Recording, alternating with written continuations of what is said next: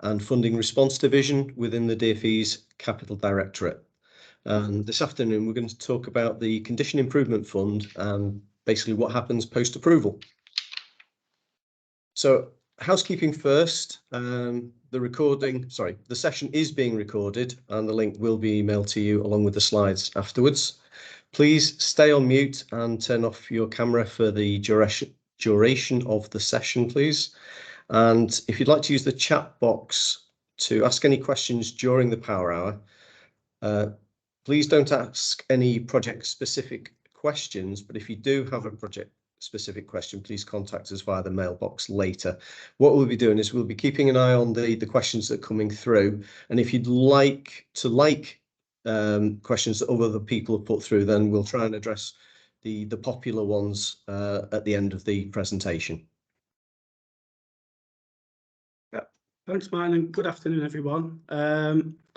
So, as I'm sure you're aware, responsible bodies are solely accountable for maintaining their buildings and their estates. DfE owns no schools and has no legal responsibility to assist with maintenance costs. However, we do provide a variety of capital funding programmes that make up the school's capital budget, including, of course, the Condition Improvement Fund, which we're here to talk to you today about. However, before we delve into CIF, I'll quickly run through each programme to provide a brief overview. First of all, school condition allocation. That's for local authorities, larger multi-academy trusts, large voluntary academy school bodies and opted-in chains. They receive an annual formulaic SCA award to invest in improving the condition of buildings across their schools for which they're responsible for. So school condition allocation is SCA, so forgive us if we drop into acronyms. Yeah. We quite often do that. It's a DfE thing. Next up is devolved formula capital. Is, as I'm sure you're aware, or a formulaic funding award provided for individual schools to invest in small projects to meet their own capital priorities. As I'm sure as school business managers, you'll all be aware that schools have 3 years to spend this funding. The next one, basic need funding, is provided to local authorities to support them in fulfilling their legal duty to provide sufficient primary and secondary school places. Local authorities can then use their allocations to work with any school in their area, including academies and free schools, and they have the flexibility to make the best decisions for their local area. The Priority School Building Programme is a rebuilding and or a refurbishment of school buildings programme for the very worst condition schools across the country. PSBP, as we refer to it, was actually closed to new applications way back in 2014. However, some projects are still ongoing and some buildings are still in the middle of being built. So it's still a live project as far as we're concerned. And the next one is the Free Schools Capital, which kind of focuses on the location of sites and delivery of build of or refurbishment of new schools. And the aim of the programmes is to establish high quality and viable new schools that drive social mobility, increase choice and enable innovation where most needed.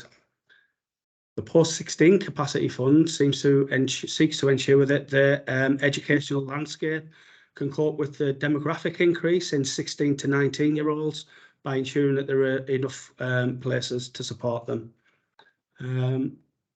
Almost there. The FE Capital Transformation Fund is available to FE colleagues and designated institutions to improve the condition of their estate. And the School Rebuilding Programme is quite a high profile at the minute and is a 10-year rebuilding programme to rebuild the school buildings most in need of replacement or significant refurbishment due to their condition. In addition, we've got a couple of historic programmes, the Selective School Expansion Fund and the School Nursery Capacity Fund, which are both closed for new bids, but both have like a couple of projects nearing completion. There is also a strategic school improvement capital budget, which is a dedicated fund supporting the educational reform and condition priorities by helping facilitate academy transfers and brokerages where capital issues are a barrier to securing a new sponsor. Regions Group own that budget line, but we work closely with them on the projects themselves. So to start us off with, and just for a bit of fun really, we thought we'd test your knowledge a little bit on capital as a whole and the scale of our work. Those familiar with the TV series The Big Bang Theory, there are a couple of fun facts here in the style of Sheldon Cooper, based on the school's capital budget. So the first one is, and just play along at home. Do you think the amount of capital we've invested in the last 5-year spending review period, so from 16-17 to 2021, was the equivalent to the annual gross domestic product of either A, Greater Manchester, B, Iceland, C, Wales, or D, the Netherlands? If this all goes to plan, you should have a poll popping up. No poll on that. Oh, we're not doing that. No, one. not All right. this one. I know he's all waiting on bated breath. It's B, Iceland. Around 20 billion we've invested over the last five years.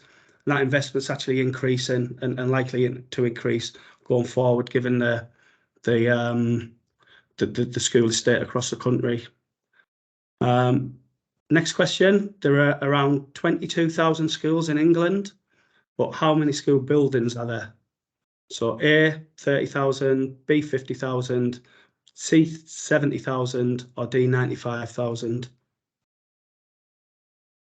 Don't need to think too much about that one. There's just over 70,000, which actually blows my mind a little bit. But it does highlight some of the scale of the work, because obviously, of our work.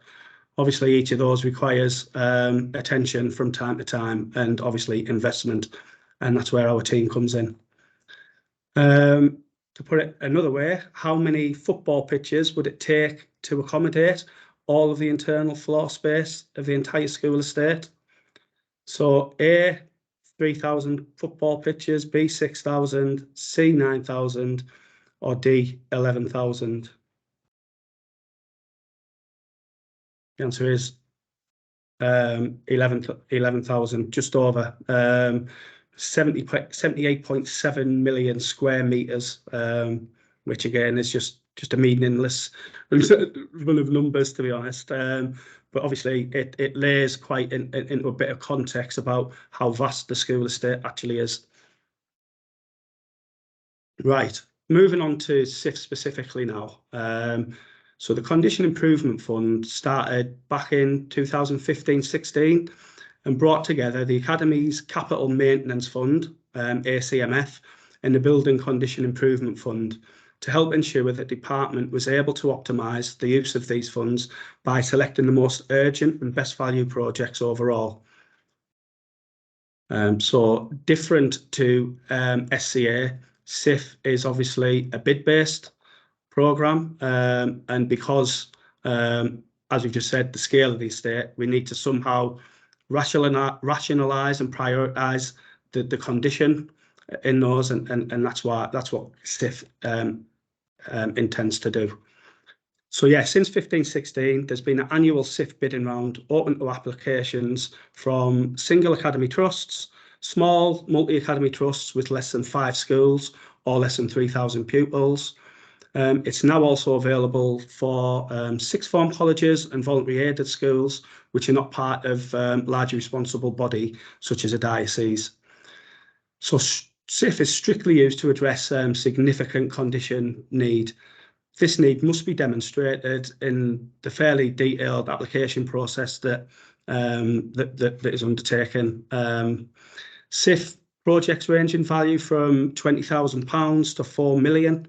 And each year SIF provides in the region of £500 million of grant funding across approximately 1,450 projects. On average, SIF applications are received from 52%, so around half of all SIF eligible establishments. We'd like to see that number slightly increase, if at all possible. So this is a fairly dry topic, and I apologise for that. But I do quickly want to touch quickly on the SIF portal. We are absolutely aware that the SIF portal is not ideal and can be cumbersome to manage and navigate. We are making strides to improve it though, and each year small improvements have been made, which has seen usability improve. We previously set up some user groups seeking engagement from the sector and have implemented further improvements from the data that we've gathered. I understand that there's going to be another user group set up, so if you get invited, please consider joining, and your feedback is greatly appreciated, and we do try and use it to improve the system for your benefit, but also for ours as well. However, if you are experiencing a specific SIF issue, a specific issue with the SIF portal, do contact one of the SIF team who will look into and resolve the issue for you. The contact details are going to be provided later in the pack.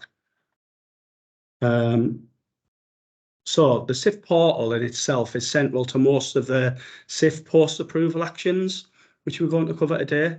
So the portal should be used to keep the trust contact details up to date. I can't stress the importance of this enough. We've recently done some work to try and improve contacts held on the portal to ultimately get the information to the right people at the right time.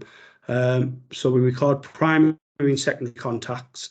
If you've not done so, please log into the portal after today and check the contact details for your school are up to date.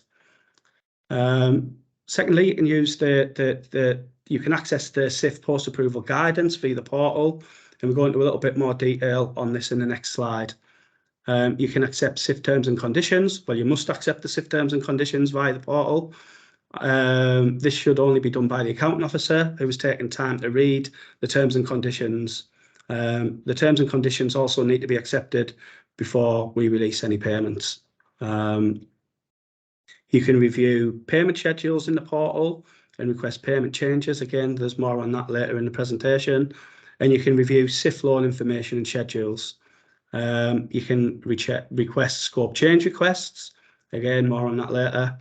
And in most cases, you can submit project monitoring information. And finally, you can submit the SIF project completion documentation. So the SIF portal is very important to us. And yeah, please do check those contact details to make sure that they're up to date. So a little bit on the SIF terms and conditions, as I alluded to on the last slide. So compliance is very important and something that we take very seriously in delivery and assurance.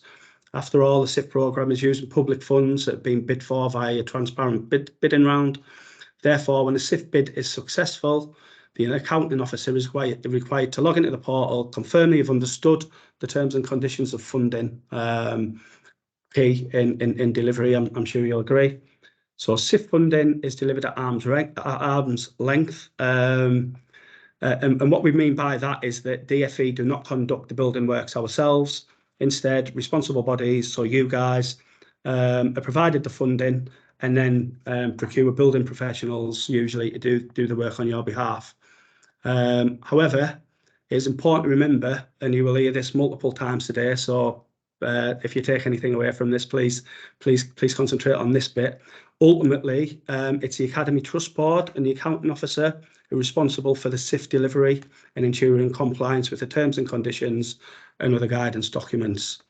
So this includes the SIF post-approval guidance, which provides an overview of the potential post-approval actions in a SIF project and instructions for what is required and when. So that's a really handy document for when you've got a successful project to refer to find out what you need to do, how you need to do it, and when you need to do it by. And I'd just like to make a really common sense point, which I'm sure you're all aware of, being finance professionals. So adherence with the Academy Trust Handbook expressly applies to capital funding projects. In fact, the Academy Trust Handbook instructs compliance with the terms and conditions of capital grants. This therefore unequivocally applies in SIF projects. So any breach of the SIF terms and conditions would also be a breach of the Academy Trust Handbook and therefore the trust funding agreement. So with that in mind, please give close consideration to things like procurement requirements, financial oversight, rigour and value for money considerations when delivering SIF projects. Data security on the portal. So portal data security is important. As we've discussed, SIF projects are delivered at arm's length. We know that the expertise for building and construction usually lies with the technical advisor that you appoint. However, blindly handing over all reins on a SIF project, including portal login details, is not really a good idea. So as we've covered, the portal is a gateway to all essential SIF post-approval activity. If access is handed to the technical advisors, responsible bodies need to carefully consider how this is managed and how does the trust board ensure oversight. If something goes wrong, we will ask this question and you will be expected to be able to demonstrate and evidence how you've done that. Another quick point on technical advisors and data security is that the department has no direct relationship with your technical advisors, so we won't directly communicate with them in isolation outside of the portal. So if they email us and don't copy you into communications, we won't respond back directly to them without copying you in.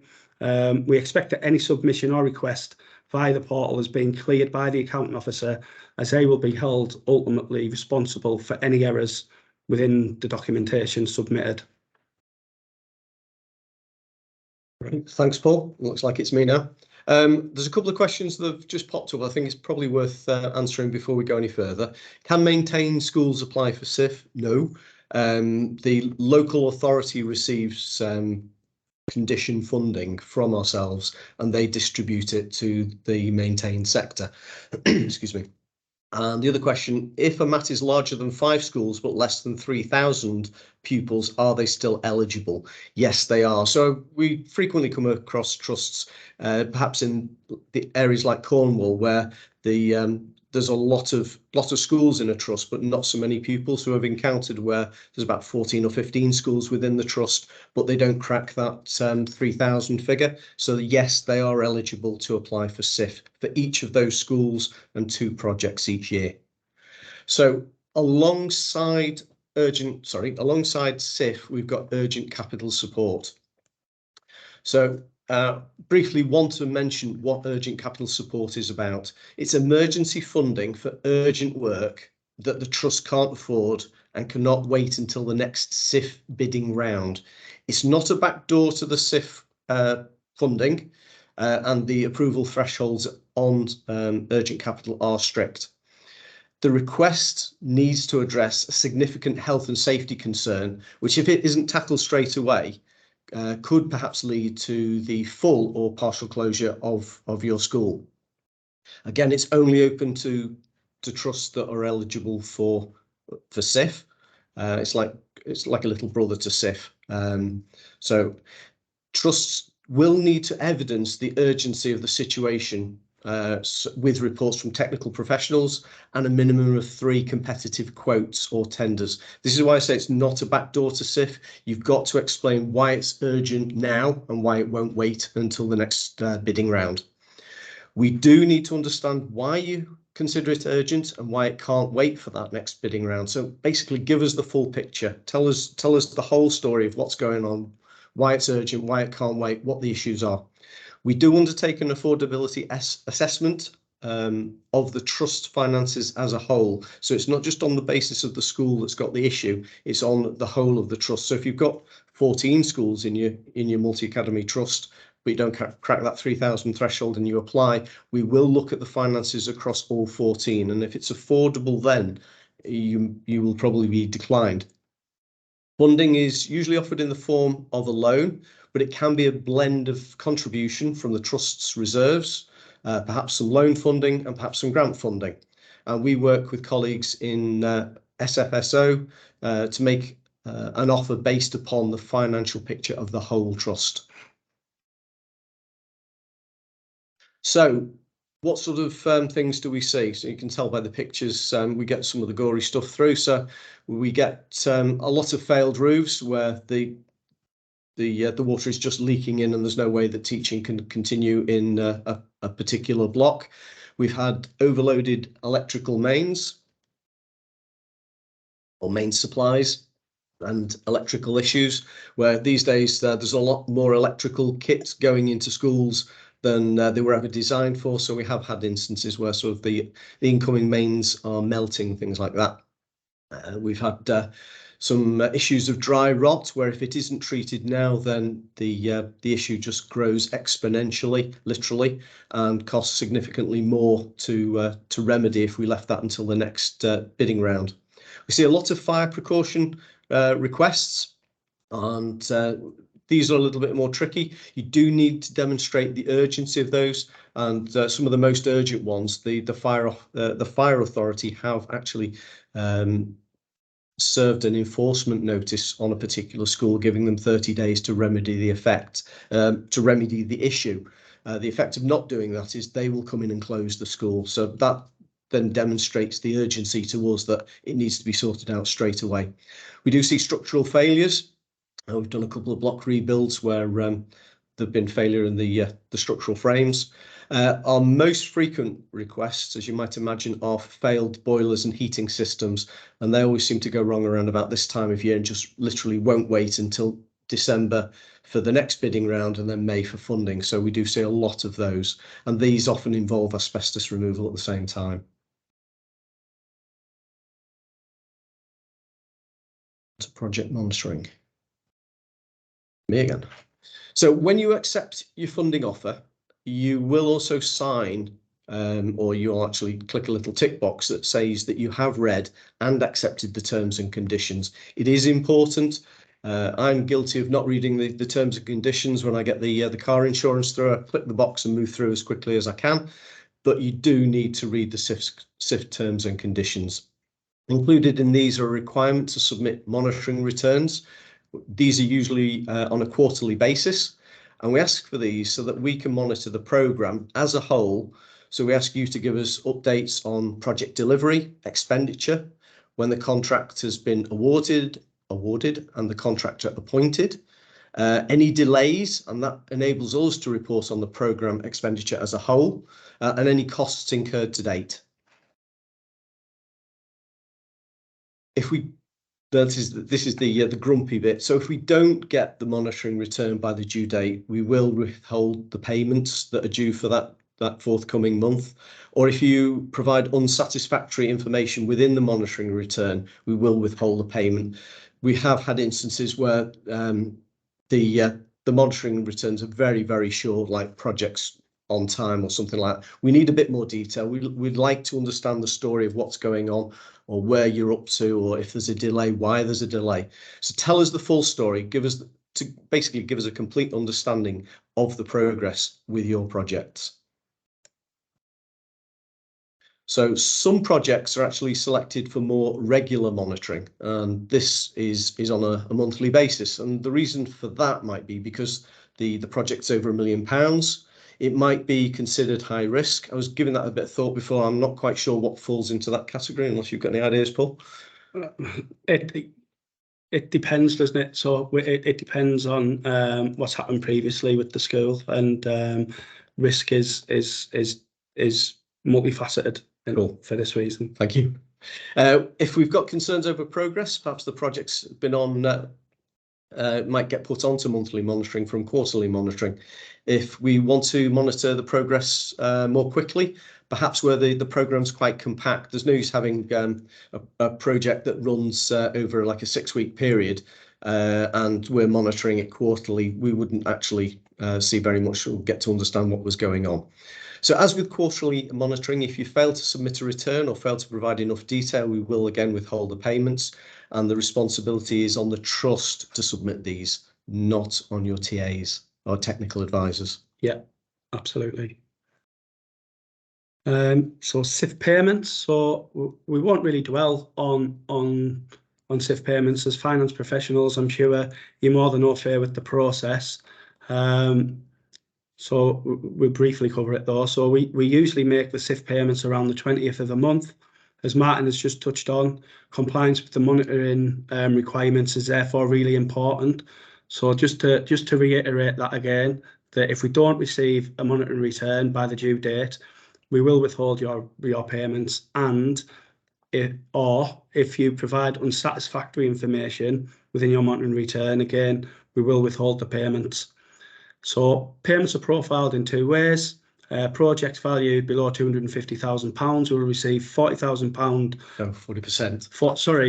40% of the grant funding in the first month, 40% in the second month, and the final 20% within 2 months of the submission and approval of a valid project completion return. So projects with a grant value above £250,000 are profiled differently. They'll receive 80% of the grant funding in equal monthly payments and a 20% final payment within 2 months of the submission and approval of a valid completion return. So as part of the monitoring return reviews that Martin covered earlier, we check to ensure that expenditure is not ahead of need. If it turns out that we've provided too much funding ahead of need and for the requirements of your project, depending on what you tell us in your monitoring return, payments will be withheld and the payment profile will be adjusted accordingly. And just to add that SIF loans are usually profiled towards the end of the project and payable within probably the last payment profile before the final payment. So a few slides now on the SIF payment profile change requests. It's actually our colleagues in Capital's Finance Department who are responsible for making payments each month to yourselves, but also they review and approve requests to alter the project payments from the standard profiles. So there are 3 main reasons for requesting that a payment profile would be altered. So firstly, you may have experienced some issues and a payment profile change may be required to bring the payments in line with the updated expenditure profiles for your project. Secondly, if your project is delayed, you, and sometimes we, may need to delay payments to match the project timescales. And finally, if you may want to alter the proportion of the funding received for a specific payment date or on a couple of payment occasions to meet updated project forecasts. Our finance colleagues have done us a little bit of a favour and highlighted some of the most common reasons a payment profile change may be rejected. So something to bear in mind when you're following the post-approval guidance and submitting your payment profile change requests is that, firstly, that the amounts in the total funding profile on the portal for the payment profile change request don't add up to the total amount of funding allocated. So please ensure that you check this, especially if you're trying to front load a payment and are in desperate need of it. The second one is probably the most important. Please don't alter the final 20% payment. This must remain in place and not be altered, as it's not paid until after the project completion documents have been submitted and approved by us. And the next one is to please ensure that you do not change any payments in the current month. Those payments will have already been profiled with the pay run due for the 20th of the month. So following on from that previous one, please remember that from the 20th day of the month, you'll not be able to change the payment for the following month.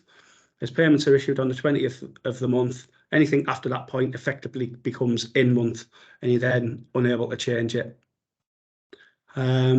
So the next one is the failure to provide a clear justification for the change in the reason for change box within the payment profile change request within the portal will lead to the request being rejected and further information requested.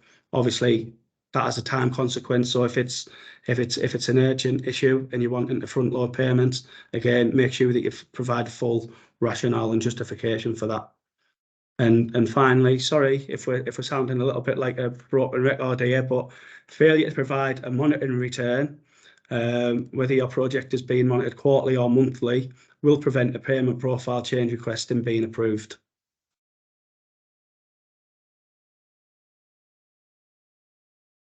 Okay, it's me. So, yeah, we all know very few building projects go exactly as planned. There's a process in place to deal with those inevitable changes. So what we expect is trusts to submit a scope change request if the key project dates are to change significantly, i.e. that's more than 6 weeks, or there needs to be a significant change in the scope of the project. But if you're unsure, ask. Frequently, these changes in scope can result from increased costs requiring a change in the scope of work that's been approved in the bid, and often result in changes to the programme dates.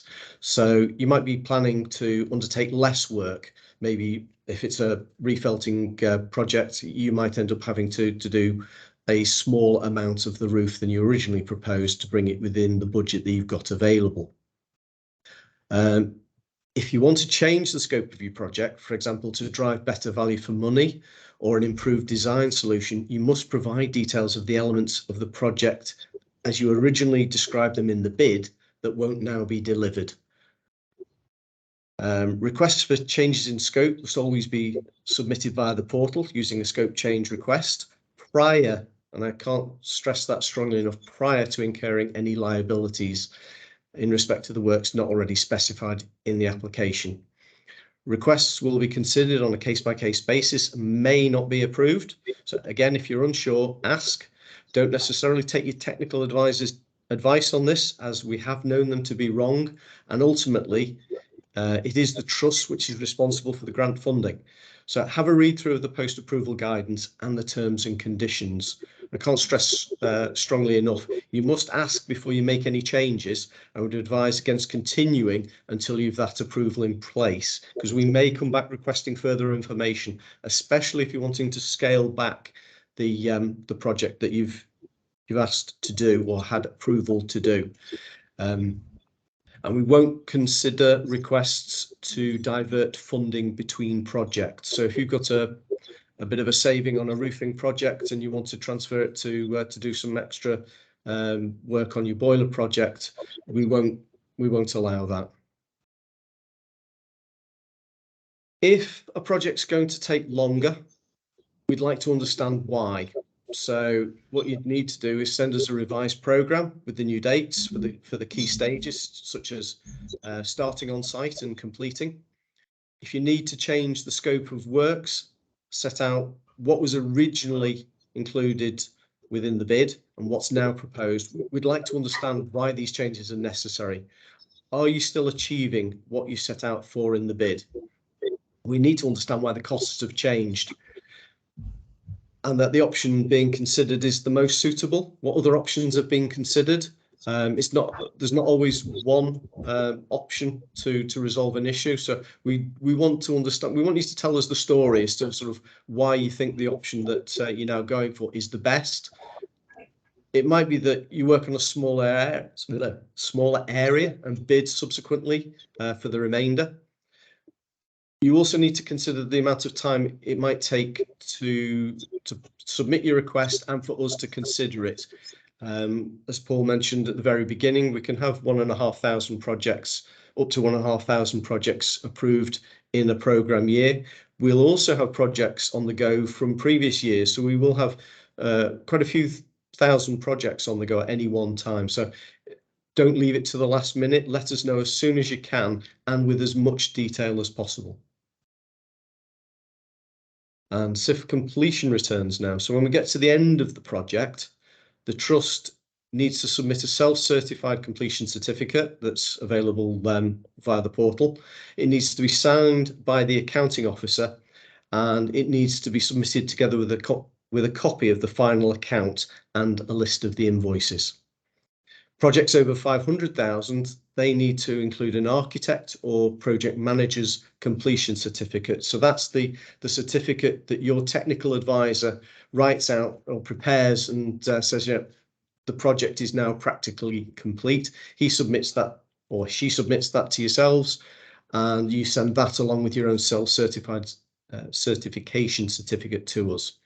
And expansion projects must also submit confirmation of the additional pupil places that have been created. We may request additional information, such as a copy of the contractor's detailed final account, contract instructions, and invoices. If we accept the completion return, this then releases the retention monies, that 20% Paul mentioned earlier that has been held by us. We will deduct underspend from outstanding payments or invoices where a trust has been overpaid. And a reminder that as part of the terms and conditions, you have to retain those records for at least 7 years. Visits now. We do aim to visit around 5% of the projects that are completed in any one financial year. This time, the visits are being undertaken on our behalf by 2 firms of external technical advisors, and they're working in partnership with the DFE. So currently these are Arcadis and Faithful and Gould. Some of you may have had visits from them already. Some of you will be eagerly awaiting a visit from them. In some cases, visits are undertaken by our own in-house technical professionals, and also we may or have members of the Capital Delivery and Assurance Division may actually accompany the technical assessors on their visits as well. Ahead of the visit, you'll be asked to provide copies of the main contractor's detailed final account, invoices with a summary spreadsheet, copies of the contract instructions, and we may also ask for other additional information during or after the visit, things like asbestos certificates, building regs approval, that sort of thing. The consultants report back to us on your projects, and they comment on the workmanship, health and safety, and any concerns they have regarding the use of funding. So the photographs on the screen at the minute are just few typical photographs that we might get through. So in the top left-hand corner, you've got photographs of a set of fire doors. They wouldn't keep any smoke back. If you can see a gap through the doors, then the smoke can travel through the doors. Another little sort of bit that I've noted is that there's a lack of pride taken by the contractors that have installed those doors. Not only do the smoke strips and seals not actually make contact with the opposing door, but why on earth have they used 2 different types of fire door keep shut sign? That just sort of indicates that they weren't really that bothered what they were doing and when they were doing it. The bottom left, the people installing the new pipework have cut a huge set of holes through the wall, popped the pipes through, and then they've left them. So that's not going to keep any fire back from passing from one room into the next. And on the right hand side, that was just a photograph taken when we were commenting on a particular visit. We weren't looking at the workmanship in this particular case, but we were looking at the fire doors. And to get to the fire doors, we had to navigate this particular corridor. And there's a large wheelie bin full of paper on the corridor. There's pallet trolleys, there's cardboard stored under the escape stairs, and this was the route of escape from the ground floor and from the first floor of this particular school. So things like that the TAs may comment on. It isn't a fire risk assessment or anything the like. They're not there to do that, but if they see it, they will comment on it. So let's look at the misuse of funds. So from the visits and from sort of the completion information that we've seen, we do pick up and follow up where there is a misuse of funding, and it can take a number of different forms. So it might be undertaking a different project to that contained within the bid. So we have had a case where there might be a roof that you've applied to do, and then you've gone and you've done it out of your own budget, but the bid's still in there, the money's come through. Or you've been successful and then they've gone and spent the money on a different roof. Well, that's not what was applied for, so that would be a no-no. We are finding people don't return the underspend. That might be a provisional sum for asbestos removal, which following surveys, it's been determined there isn't any asbestos to remove. So it has to come back to us, or it might be unspent contingency. So if it isn't in the bid, or basically stick to the bid, do no more and no less without asking. Don't go undertaking additional work outside the scope of the bid. So there's a little bit of as I said, a little bit of funding left over.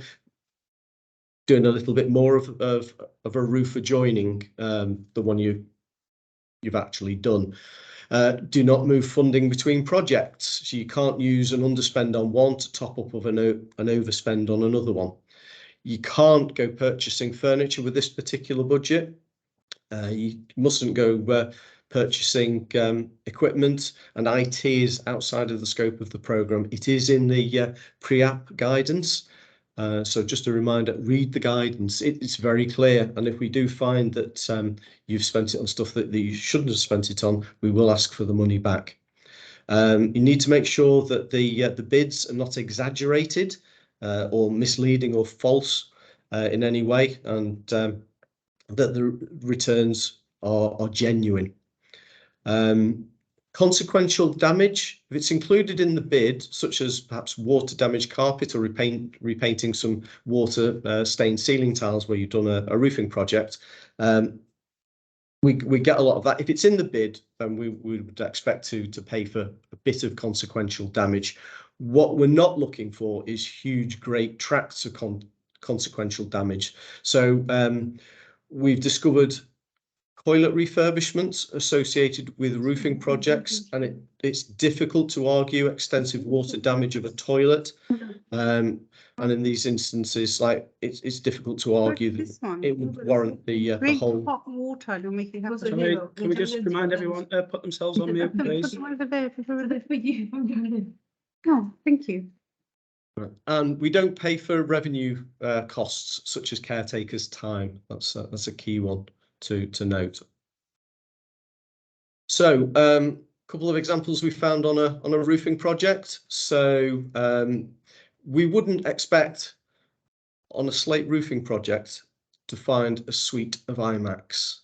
Neither would we expect to find play sinks or AstroTurf. They tend to slide off the roof. So please stick to what was in the bid, no more, no less, without double checking. So in terms of misuse of funds, the Trust's accounting officer is responsible if the consultants or the contractors make any errors or misrepresentations on the Trust's behalf. Our relationship is with the Trust. It isn't with your consultants. So we actually liaise with you and we come after yourselves to recover funding. We can't recover it from the TAs. An example whereby deliberately inflating the expected project costs in the application or including unrealistic cost allowances and contingencies in order to create an underspend that could be used elsewhere. That would be a breach of the terms and conditions, and such underspend would be recovered.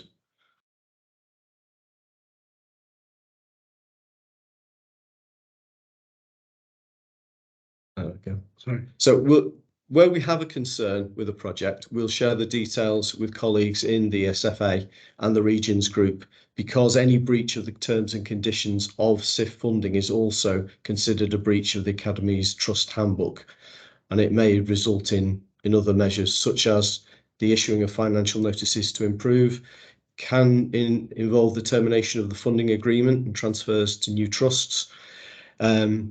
We may refer professional advisors to their own regulatory board, such as the Royal Institution of Chartered Surveyors.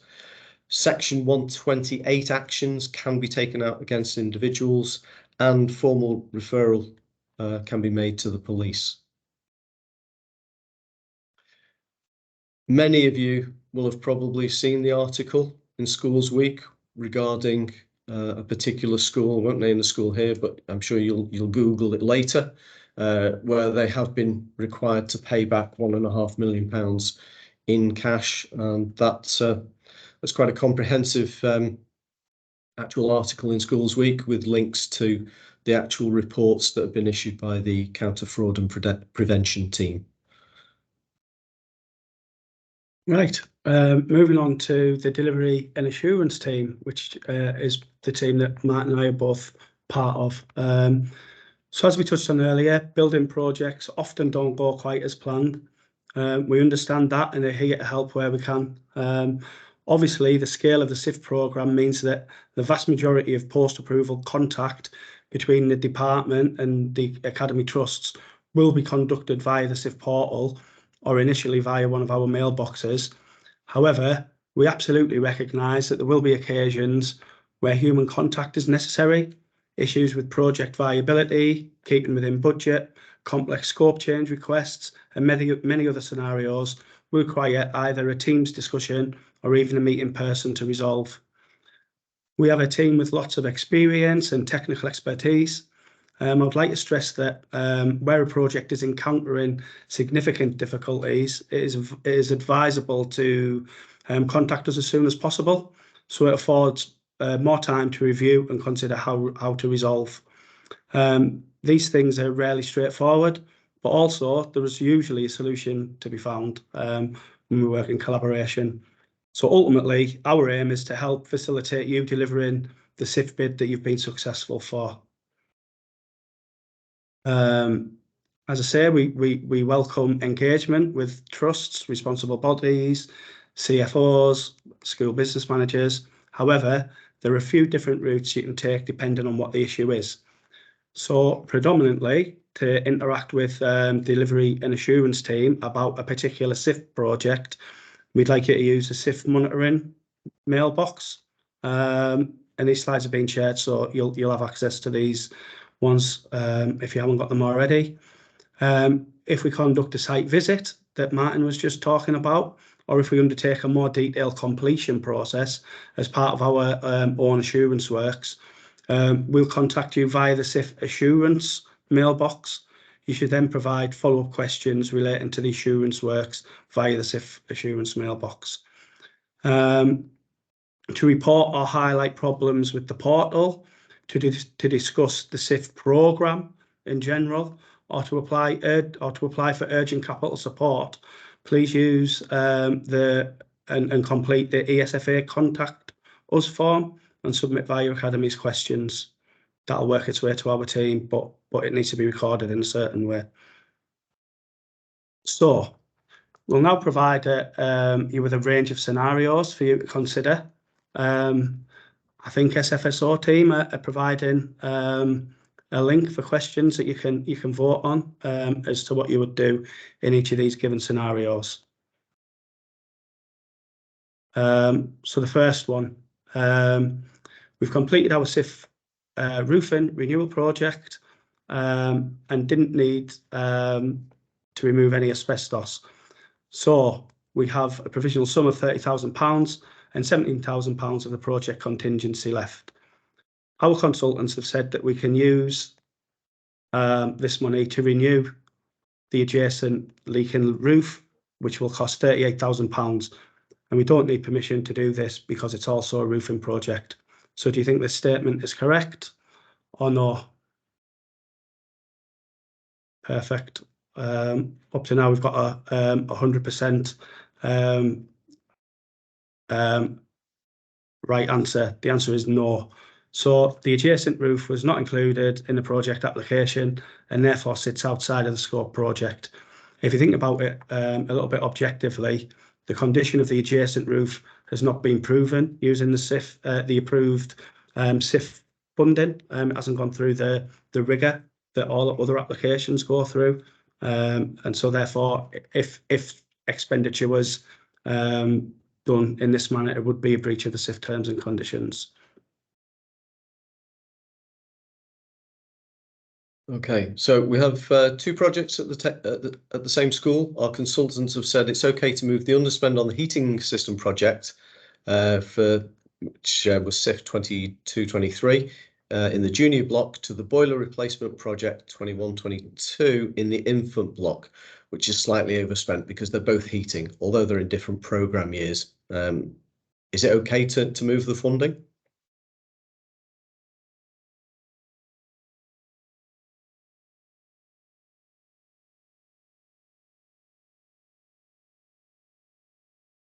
So again, really good response rate on that. The answer is no. We don't allow environment of funding. But what if they were in the same year?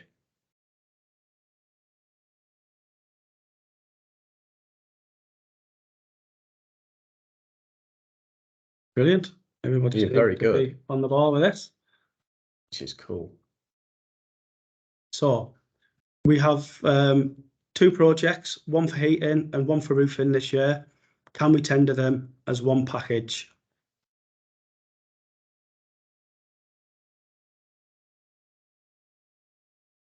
The answers that we were given is predominantly no. However, the actual answer is yes. They can be tendered as one package for the economies of scale that would bring. Generally, savings can be made on-site setup costs and other rationale.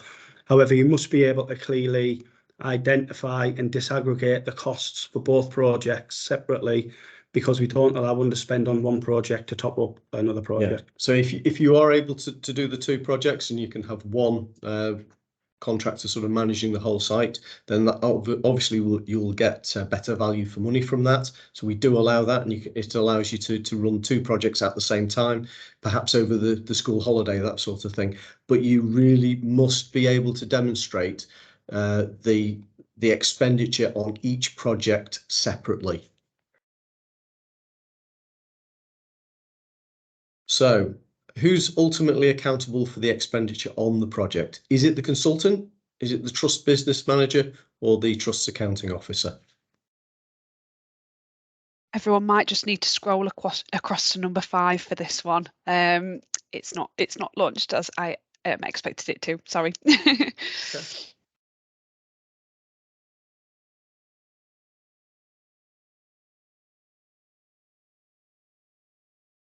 I can't get the answers, but we'll cover it off now. So the answer is the trust's accounting officer. So even if you give all your passwords and access to the portal to your consultant, which we do not recommend, your accounting officer is responsible for whatever they put into the portal, whatever reporting that they do. Next one, I've appointed my consultant firm of technical advisors on a no-win, no-fee basis, so I don't need to obtain competitive quotes as it hasn't cost us anything. Is this statement correct or no?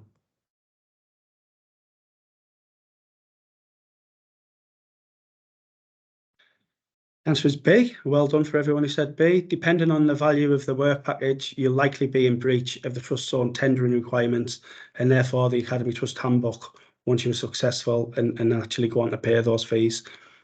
Fees should also be considered cumulatively across multiple projects and programme years and sites.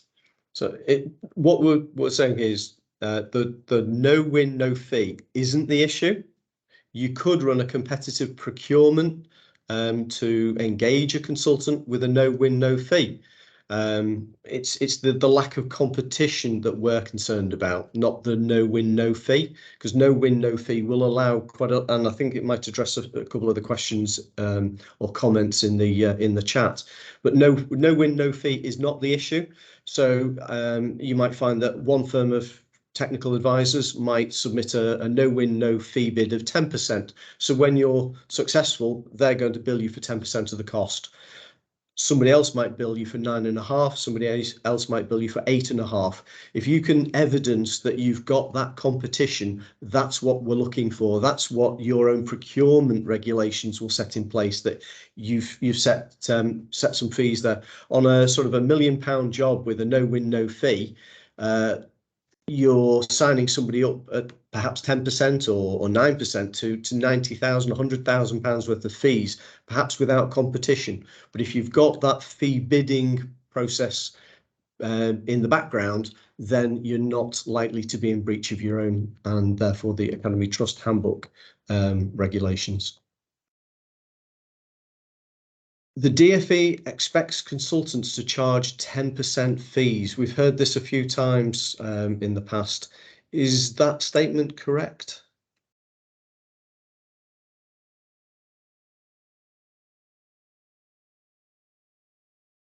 Wow. Yeah, the answer is actually no. We don't expect fees to exceed 10%. But it doesn't necessarily say that you could obtain a number of competitive bids, as Martin was alluding to on the previous one, on a no-win, no-fee basis, 8, 9, 10%.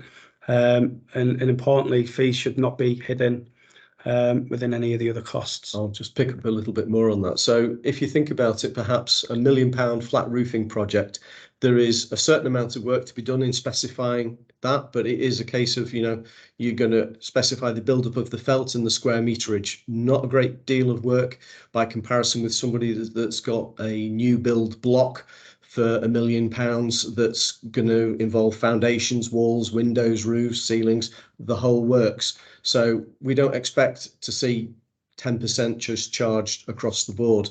We expect to see sort of where the work is less complicated, that the fees are less, but it certainly isn't that we expect people to charge 10%. We do not insist on that at all. We insist on competition, and we want to see value for money. It's the public purse that's at stake here. Yeah. So yeah, final question is, my project is over budget. Please, sir, can I have some more funding? What do you think the answer to that request would be?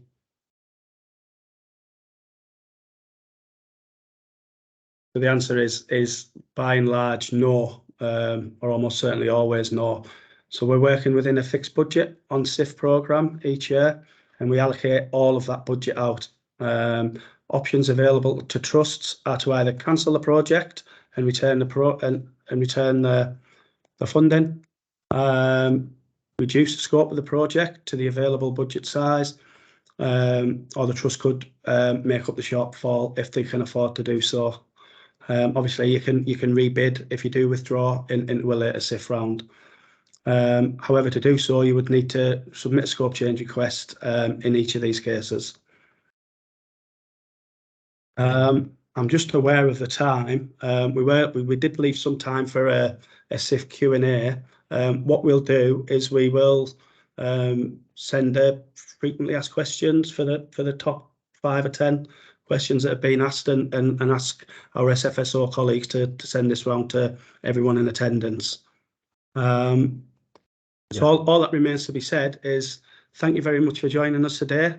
We hope that you found the session helpful and informative, and there are a few key points that we'd like you to take away.